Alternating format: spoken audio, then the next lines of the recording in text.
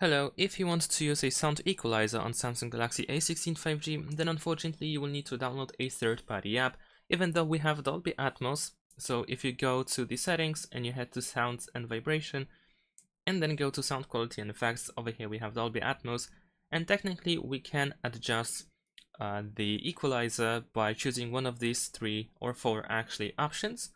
However, the Dolby Atmos on this device doesn't allow you to actually move the sliders on Hertz in order to adjust it as you wish. Therefore, we need to download another equalizer that allows you to do so. So you can, for instance, head to the Play Store and then search for Equalizer.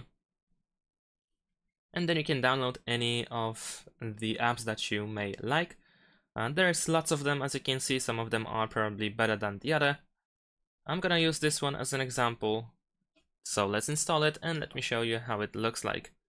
And like I said, there are multiple different apps. You can try any other. If you don't like this one, just download another one and see for yourself how they work and how good they are. So let's open it.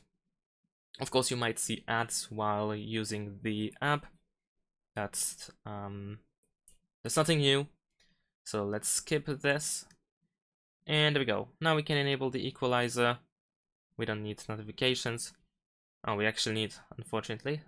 And now we can move these sliders to adjust the EQ for our device. We even have some presets over here. So if you don't know what to do with these sliders, you can just use presets that allow you to, for instance, increase the boost or increase the vocal boost, or use the vocal boost. And that's pretty much it. Thanks for watching, leave a like and subscribe to my channel, and see you in my next videos. Bye!